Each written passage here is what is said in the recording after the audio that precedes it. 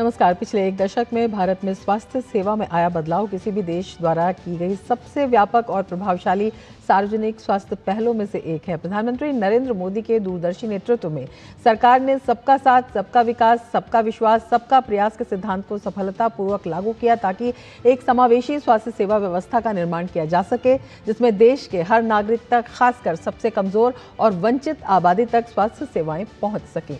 यही वजह है सरकार यूनिवर्सल हेल्थ कवरेज को जमीनी हकीकत बनाने के लिए कृत संकल्प है और बीते वर्षों में स्वास्थ्य क्षेत्र के बजट में लगातार बढ़ोतरी भी देखने को मिली है। और अब नजरें टिकी हैं बजट 2026 पर। स्वस्थ भारत की नींव को और मजबूत करते हुए विकसित भारत 2047 के लक्ष्य की ओर एक बड़ा कदम कैसे साबित होगा ये बजट, इसी पर हम करेंगे आज बजट पूर्व चर्चा। मैं हूं रमा त्यागी, मेरे साथ जुड़ेंगे खास मेहमान भी।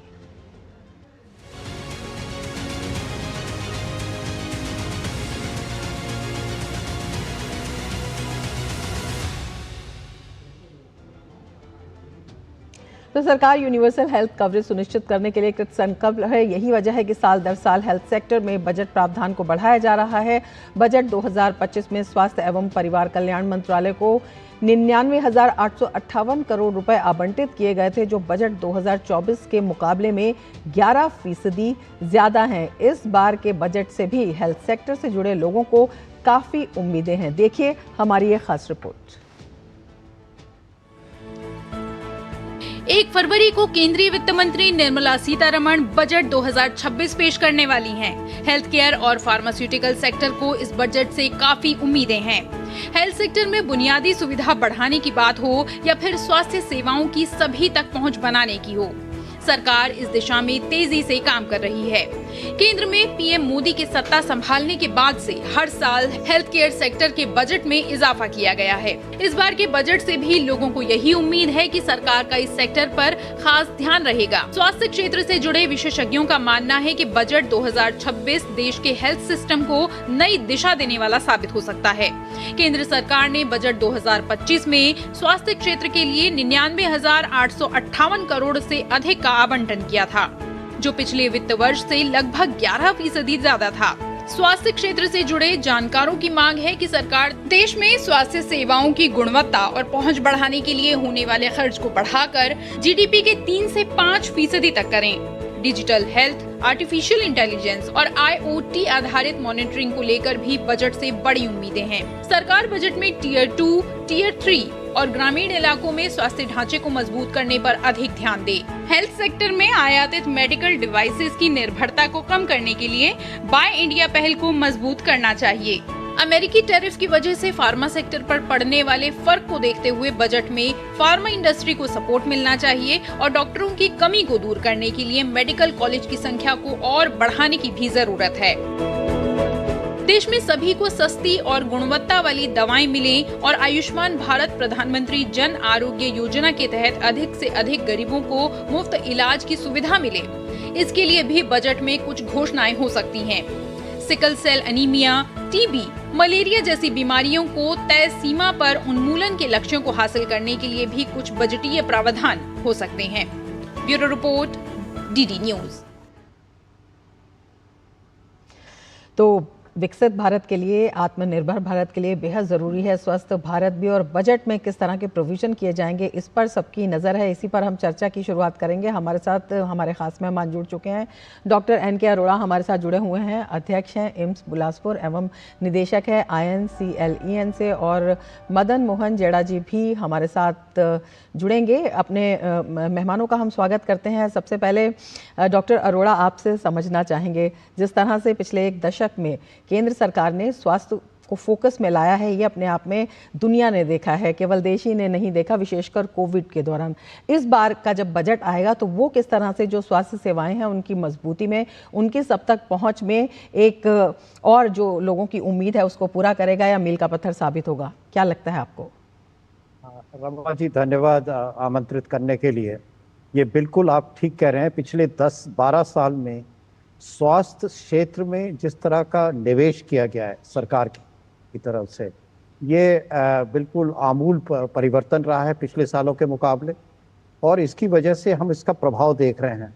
हम एक तरफ देखते हैं कि टीकाकरण, जहां 2014 में खाली 63% कवरेज था, आज 94-95% टीकाकरण का है। कोविड में हमने देखा कि लगभग प्रत्येक व्यक्ति जो टीका लगने लायक था उसको टीका लगा। और इसी साथ ही साथ जो है इंफ्रास्ट्रक्चर के ऊपर और उसकी स्ट्रेंथनिंग जो हुई, वो भी एक जानने योग्य चीज है कि किस तरीके से हुआ है। तो इस साल भी हम उम्मीद करते हैं कि जिस तरीके से उत्तरोत्तर निवेश में वृद्धि हुई है, और एक और चीज है, आउट ऑफ पॉकेट हमारा एक्सपेंडिचर जो पहले करीब 50-60% होता था, अब जो है 40% के नीचे आ गया है।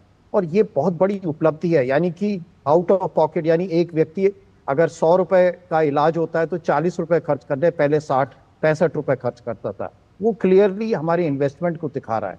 लेकिन अब हमें चाहिए कि जो हमारे आयुष्मान आरोग्य मंदिर हैं, जो पूरे देश में लगभग 1,80,000 हैं, और हर एक व्यक्ति के 2-2.5 किलोमीटर दूर के अंदर वो स्थित है, और ऐसी एक जो स्वास्थ्य सेवा का तंत्र बन गया है, अब इनको फंक्शनल बनाने की जरूरत है। और इसके लिए डिजिटलाइजेशन एक बहुत बड़ा हमारे लिए टूल है, जो औजार है कि उसको फंक्शनल बनाने के लिए, कि वहाँ पर जो काम हो रहा है उसका निरीक्षण किया जाए, मॉनिटरिंग की जाए, और उसका आईटी के बिना नहीं हो सकता। तो एक आईटी और डिजिटलाइजेशन में मेजर इन्वेस्टमेंट की जरूरत है। दूसरा एक जो और महत्वपूर्ण चीज है, जैसा कि आपने कहा कि एक तरफ तो हम बिल्कुल प्राइमरी हेल्थ सेंटर सिस्टम में, जहाँ पर लोग सीधे सीधे स्वास्थ्य सेवाओं का लाभ उठा सकते हैं, रोजमर्रा की बीमारियों को कर सकते हैं, और जो सीरियस बीमारियां वो ना हो, और साथ ही साथ उनको उन दवाइयों का भी लाभ मिले जो आमतौर पर उसके लिए उनको शहर जाना पड़ता था, जैसे ब्लड प्रेशर, डायबिटीज, अब इन स्वास्थ्य सेवाओं में मिले। लेकिन उन दवाइयों की उपलब्धता उत्तरोत्तर होनी चाहिए, उसमें स्टॉक आउट्स नहीं होने चाहिए। दूसरी तरफ में आपने मेडिकल कॉलेज की बात करी, तो टर्शियरी लेवल केयर में भी बहुत ज्यादा अब निवेश करने की जरूरत है। यहाँ पर मैं ये बताना चाहूंगा कि 2011-12 में हमारे देश में कुल मिलाकर के 70,000 के आसपास या 55-60,000 सीटें थी एमबीबीएस की। आज 1,20,000 सीटें हो गई। तो सीटें बढ़ गई हैं, लेकिन उसके साथ साथ हमारे मेडिकल कॉलेज में गुणवत्ता बनाए रखना एक महत्वपूर्ण है, और कुछ मेडिकल कॉलेज और जो है खुलने हैं। तीसरी चीज जो है, एम्स जैसी संस्था जो एक एग्जाम्पल बनती है रीजनल लेवल पे, उनमें हम लोगों को अभी ये सारे नए इंस्टीट्यूशंस हैं, उनका विशेष ध्यान रखने की जरूरत है, जिससे कि एक रीजनल लेवल पे मेडिकल केयर का हब बन जाए, और सबको दिल्ली, मुंबई, हैदराबाद या चेन्नई भागने की जरूरत ना पड़े। और एम्स ये काफी हद तक इस चीज को उसको अचीव करने की कोशिश कर रहे हैं, लेकिन अभी इसमें और निवेश की और मेहनत की जरूरत है। बिल्कुल हमारे साथ, बिल्कुल हम बताना चाहेंगे, हमारे साथ हमारे दूसरे मेहमान मदन मोहन जेड़ा जी भी जुड़ चुके हैं, स्वास्थ्य पत्रकार हैं। जेड़ा जी, बहुत स्वागत है आपका हमारे इस कार्यक्रम में। और सबसे पहला सवाल आपसे यही करेंगे कि किस तरह से जो ज़मीनी हकीकत है और उसकी ज़रूरतें हैं, बजट से पहले इसका जो आकलन करने की जो प्रोसेस होती है वो क्या होती है, किस तरह के जो सुझाव हैं आमंत्रित किए जाते हैं या देखे जाते हैं। और जब हम बात करते हैं देश में स्वास्थ्य सेवाओं की सब तक पहुंच की, तो केवल ये गुणवत्ता पूर्वक ही नहीं होनी चाहिए, बल्कि इनकी जो पहुंच है वो बिल्कुल लास्ट माइल कनेक्टिविटी जिसे कहते हैं वहां तक होनी चाहिए। तो उसके लिए क्या कुछ कदम उठाए जा सकते हैं? देखिए, 2-3 चीजें इसमें हैं। जैसे जब भी बजट बन रहा है तो उससे पहले विभिन्न पक्षों से की गई है, तो मुझे लगता है कि वो एक प्रक्रिया अपनी जगह पर है, और जो सरकार की फंडिंग है, जो सरकार का अपना बजट देने का तरीका है, वो दूसरा। डॉक्टर अरोड़ा, यही सवाल मैं आपसे भी करना चाहूंगी। जेड़ा जी की आवाज हमारे तक पूरी तरह से नहीं आ पा रही है। डॉक्टर अरोड़ा, आप बता रहे थे कि काफी कुछ किया है, लेकिन कुछ क्षेत्र ऐसे भी हैं जिनमें अभी जो है बहुत से लक्ष्य हैं जो अचीव करने बाकी हैं। वही आपसे समझना चाहेंगे, और उस दिशा में क्या कुछ घोषणाएं हो सकती हैं? एक मुख्य जो एक जिसको कहना चाहिए कि एक बेंचमार्क जो एस्टैब्लिश किया गया है हमारी सरकार के द्वारा, कि वो आयुष्मान आरोग्य मंदिर एस्टैब्लिश किए गए हैं। 1,80,000 का मैंने बताया, इनमें 12 सर्विसेज को प्रोवाइड करना है, लेकिन अभी केवल 4 या 5 सर्विसेज अच्छी तरीके से उपलब्ध हो रही हैं और इन सर्विसेज को बेहतर बनाने की जरूरत है। और इसमें जिसमें निवेश की जरूरत है उसके, और जैसे मैंने कहा डिजिटलाइजेशन की जरूरत है, जिससे कि इनका पूरा का पूरा। एक और जो बहुत बड़ा कदम उठाया गया है वो टेलीमेडिसिन की तरफ, जिससे कि बड़े संस्थान चाहे मेडिकल कॉलेज हो या डिस्ट्रिक्ट हॉस्पिटल हो, वो आयुष्मान आरोग्य मंदिर तक या प्राइमरी हेल्थ सेंटर या CHC तक अपनी पहुंच बना सके। इसको भी ज्यादा प्रभावी बनाने की जरूरत है और उसके लिए हमें खाली मशीन की जरूरत नहीं है, उसके साथ साथ हमें लोगों की यानी डॉक्टर्स की भी जरूरत होगी, क्योंकि जो मेरे को कंसल्टेशन देगा वो कंसल्टेशन अगर दूसरी तरफ उपलब्ध होगा तभी वो दे सकता है। तो इन चीजों को थोड़ा सा बेहतर ठीक करना है। एक चीज और बहुत महत्वपूर्ण है, वो है आयुष्मान भारत। इसका जो कार्यक्रम है इसकी रीच को और आगे बनाने की जरूरत है। जो इस समय जो है कई छोटी जगह में और बड़ी जगह में तो ज्यादा प्रॉब्लम है, दिल्ली जैसी जगह या बंबई में प्राइवेट हॉस्पिटल उसमें सर्विस नहीं प्रोवाइड करते हैं, लेकिन छोटी जगह में भी हमें देखना है कि उनको प्रोवाइड किया जाए। और फाइनली एक डिजिटलाइजेशन में आभा ID बनाया गया है, यानी हर एक जो निवासी है इस देश का, जो नागरिक है, उसका आभा ID वो आधार कार्ड की तरह, लेकिन उसका पूरा सही तरीके से इस्तेमाल नहीं किया जा रहा, तो वहां पर भी देखभाल की जरूरत है। बिल्कुल, तो इस दिशा में भी जो कदम है उठाए जा सकते हैं और सबकी नजरें हैं किस तरह की घोषणाएं की जा सकती हैं। आप बने रहिए हमारे साथ। वक्त हो चला है एक ब्रेक का। DD न्यूज पर ब्रेक के बाद भी चर्चा हम जारी रखेंगे। टिंग टिंग, अम्मा मैसेज। मैं आपके मौसा के चाचा का नाती का पोता, शादी का कार्ड मैसेज में भेजा है, डाउनलोड करिए और आशीर्वाद दीजिए। मैं तो आपको जानती भी नहीं, फिर भी शादी का कार्ड खोलूं? मैं मूर्ख नहीं हूँ। क्या बात है अम्मा। UPI कहता है अगर कोई अनजान नंबर से फाइल या लिंक भेजे तो क्लिक मत करो और कहो मैं मूर्ख नहीं।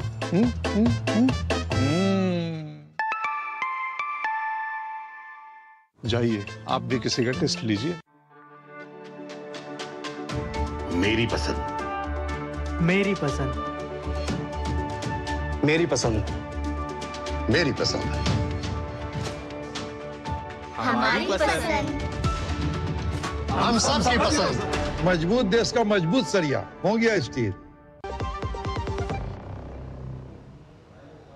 ब्रेक के बाद फिर से आपका स्वागत है और हम चर्चा कर रहे हैं कि बजट में स्वास्थ्य सेवा के क्षेत्र में जिस तरह से उम्मीदें हैं उन पर किस तरह से विचार हो सकता है, किस तरह के जो सुझाव हैं। ग्राफिक्स के माध्यम से हम आपको बताते हैं कि किस तरह की उम्मीदें जो स्वास्थ्य के क्षेत्र में हैं। बजट 2025 में 99,858 करोड़ से अधिक की राशि आवंटित की गई थी। बजट 2024 के मुकाबले ये 11% ज़्यादा थी। तो ये स्वास्थ्य क्षेत्र में बदलती हुई तस्वीर है। आयुष्मान भारत योजना में 62 करोड़ लोगों को 5 लाख तक मुफ्त सेवाएं दी जा चुकी हैं। तो ये भी अपने आप में एक कीर्तिमान है। दिसंबर 2025 तक 42 करोड़ से अधिक आयुष्मान कार्ड जारी किए गए, तो सभी तक स्वास्थ्य सेवाएं पहुंचे, उसकी ये जो है तस्वीर है। आयुष्मान भारत योजना से करीब 11 करोड़ मरीजों का मुफ्त उपचार हुआ। देश में मेडिकल कॉलेज की संख्या बढ़कर 800 से ज़्यादा हो गई है, जिससे कि जो डॉक्टर्स की संख्या है वो भी बढ़े। MBBS की सीटें बढ़ाकर 51,000 से बढ़कर 1,28,000 कर दी गई हैं। तो ये स्वास्थ्य क्षेत्र की बदलती तस्वीर है। मेडिकल PG सीटें 31,000 से बढ़कर लगभग 82,000 हो गई हैं। तो तमाम क्षेत्रों में कदम उठाए जा रहे हैं। देश भर में 1,78,000 से ज़्यादा आयुष्मान आरोग्य मंदिर कार्यरत हैं।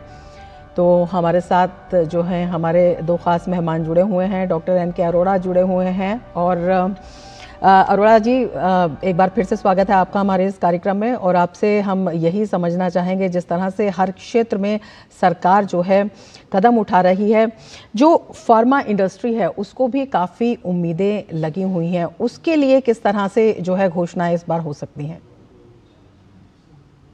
इंडस्ट्री एक बहुत ही महत्वपूर्ण है और इस दिशा में जो आदरणीय मोदी जी की सरकार ने जो एक कदम उठाया है कि हमारा स्वास्थ्य मंत्री और फार्मा के मंत्री एक ही होते हैं। तो आदरणीय नड्डा जी जैसे दोनों मंत्रालय को जुड़े हुए हैं, और ये एक क्योंकि एक का असर दूसरे पे होता है, और खास तौर पे इसका प्रभाव पड़ा है हमारी जो जन औषधि केंद्र बने हैं, जैक्स बने हैं, इसमें दवाइयों की गुणवत्ता बहुत ही अच्छी है, और जबकि उनकी दाम जो है 20 से 80% कम हो जाते हैं।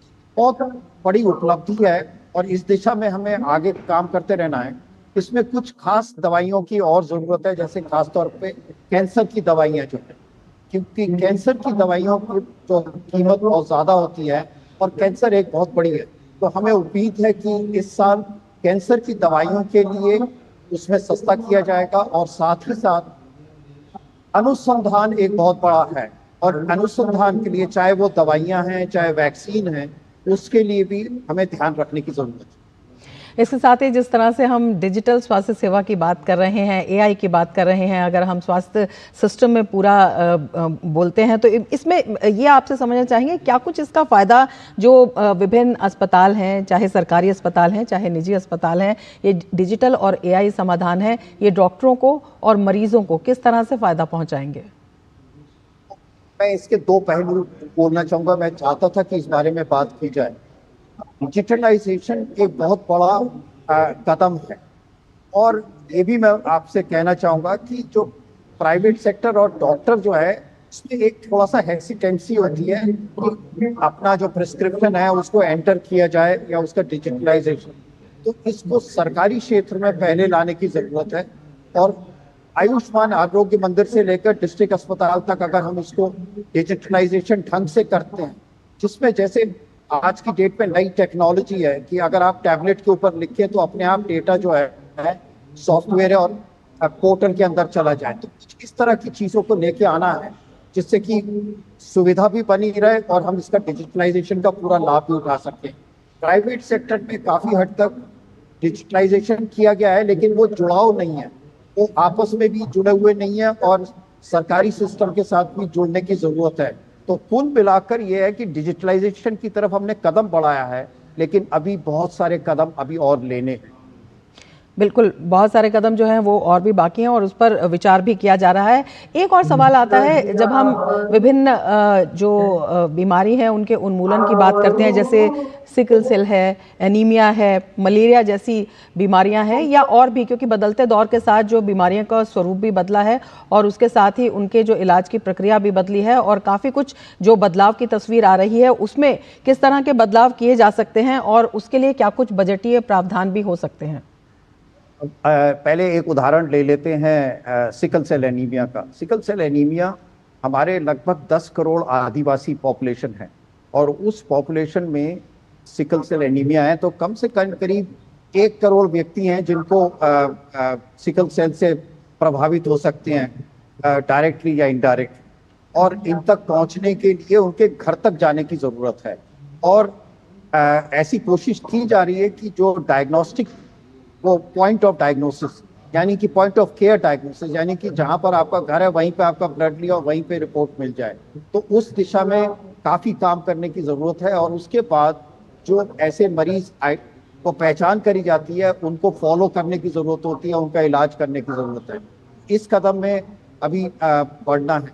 दूसरा, आपने अनीमिया की बात करी। अनीमिया सचमुच दुनिया की सबसे बड़ी प्रॉब्लम है, और भारत में विशेष तौर पर लगभग 50% लोग अनीमिया से प्रभावित हैं, और उनमें खास तौर पर महिलाएं, गर्भवती महिलाएं और बच्चे और जो एडोलेसेंट लड़कियां हैं, गर्ल्स हैं।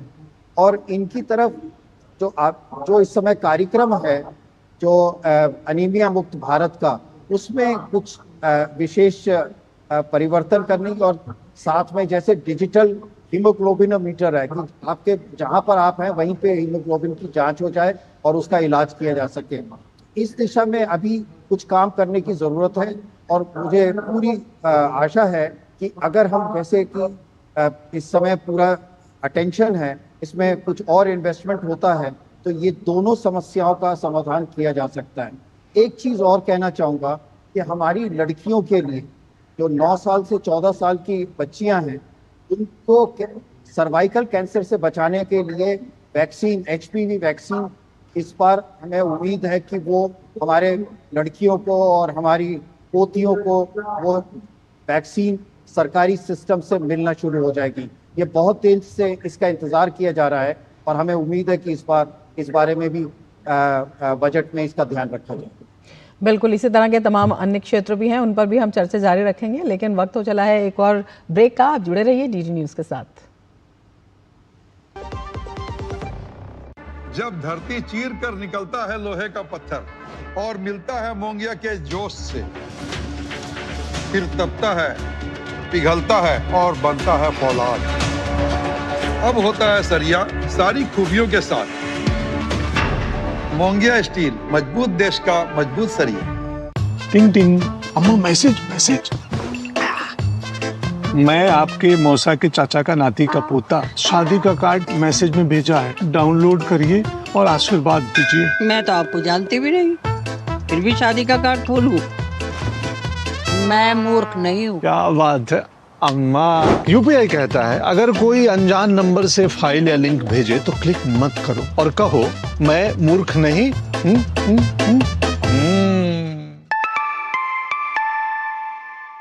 जाइए आप भी किसी का टेस्ट लीजिए। ब्रेक के बाद फिर से आपका स्वागत है और हमारे साथ डॉक्टर एन के अरोड़ा जुड़े हुए हैं। हम बात कर रहे हैं किस तरह से जो स्वास्थ्य क्षेत्र है उसमें बजट में किस तरह से जो उम्मीदें हैं और किस तरह के जो प्रावधान हैं वो किए जा सकते हैं। डॉक्टर अरोड़ा, लगातार आप जिस तरह से बता रहे थे कि तमाम जो संक्रमण हैं उनको लेकर किस तरह से अभी जो है एक विस्तार हासिल किया गया है और किस तरह की जो ज़रूरतें भी हैं। अगर हम एंटीबायोटिक प्रतिरोध की बात करते हैं तो उसकी दर जो है वो भारत में काफ़ी ज़्यादा है। हर 3 में से एक जीवाणु संक्रमण जो है वो आम यहाँ पर देखा जाता है। इसके प्रबंधन को लेकर भी क्या कुछ विचार किया जा सकता है या इस दिशा में भी क्या कुछ जो है अनाउंसमेंट हो सकती है? इसका मैं इंतजार कर रहा था इस सवाल कि ये जो है एंटी माइक्रोबियल रेजिस्टेंस ये एक बहुत बड़ी समस्या है और इस समस्या से ये भारत में विशेष तौर पे एक बहुत बड़ी समस्या है क्योंकि एंटीबायोटिक कहीं से भी आराम से कोई भी खरीद सकता है, उसमें किसी पर्चे की जरूरत नहीं होती है। दुनिया में जो एंटी माइक्रोबियल रेजिस्टेंस है उसमें भारत एक अग्रणी देशों में है और WHO के हिसाब से अगले 10 साल के लिए एक प्रमुख स्वास्थ्य चिंता है। और इसमें एक तरफ तो रेगुलेटरी जरूरत है कि एंटीबायोटिक ओवर द काउंटर आराम से ना मिले, क्योंकि उसकी वजह से हम बहुत सारे लोग उन एंटीबायोटिक को यूज कर रहे होते हैं जो हमें नहीं, बिना चिकित्सक की कंसल्टेशन के बिना। दूसरी तरफ एक और भी है कि हमारे जो स्वास्थ्य कर्मी हैं उनकी भी जानकारी बढ़ाने की जरूरत है कि एंटीबायोटिक जहां देना है वहीं पे दी।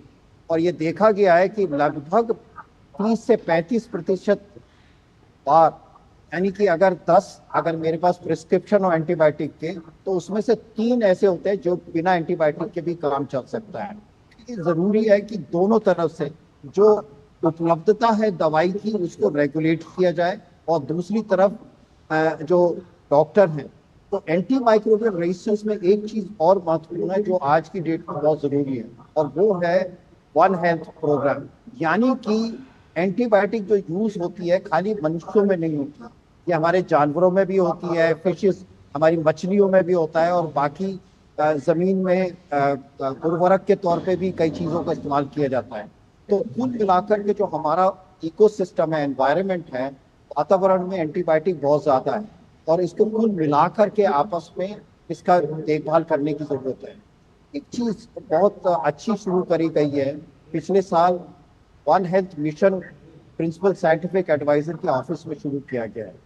इसके अंतर्गत अब एक सर्वेलेंस सिस्टम शुरू किया जा रहा है एंटी माइक्रोबियल रेजिस्टेंस का, और इसमें आपको जानकर के आश्चर्यचकित भी होंगे और अच्छा भी लगेगा कि जो हमारी स्वेज होती है, शहरों के बीच में नाली का और गटर का पानी होता है, उसकी जांच से हमें पता चल जाता है कि कौन सी कीटाणु जो हैं वो एंटीबायोटिक को रेजिस्टेंट है और उससे फिर एप्रोप्रिएट एक्शन लिया जा सकता है।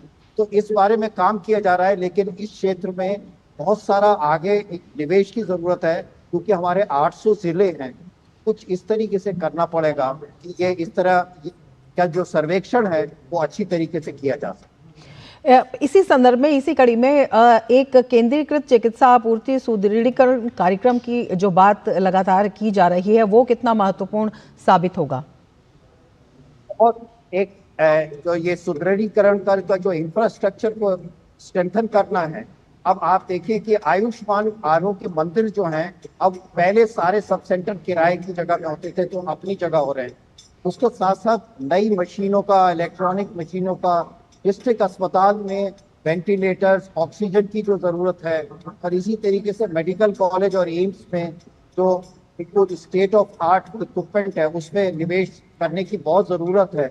और ख़ास तौर पे एक एमरजेंसी सर्विसेज को इम्प्रूव करना है, जिससे कि अगर किसी को हार्ट अटैक हो, किसी को ब्रेन स्ट्रोक हो या रोड साइड एक्सीडेंट हो, गाँव में सब सेंटर में उसका इलाज हो सके, पीएससी में जाकर के बेहतर इलाज हो सके। तो उसके बारे में भी सोचने की जरूरत है कि हम इसको कैसे करें, और क्लियरली इसके लिए एडिशनल बिल्कुल जो हेल्थ केयर इंफ्रास्ट्रक्चर है वो मजबूत होना चाहिए, और किसी तरह से अगर अंडर वन अम्ब्रेला हो कि जो सुविधाएं हैं वो सब तक पहुंचे, वो अपने आप में बेहद महत्वपूर्ण हो जाती है। डॉक्टर अरोड़ा, बहुत शुक्रिया हमारे साथ जुड़ने के लिए। तो बजट से काफ़ी उम्मीदें हैं स्वास्थ्य क्षेत्र को भी, जिससे कि स्वस्थ भारत के माध्यम से विकसित भारत 2047 की एक मजबूत नींव को रखा जा सके। चर्चा में फिलहाल इतना ही, दीजिए इजाज़त, नमस्कार।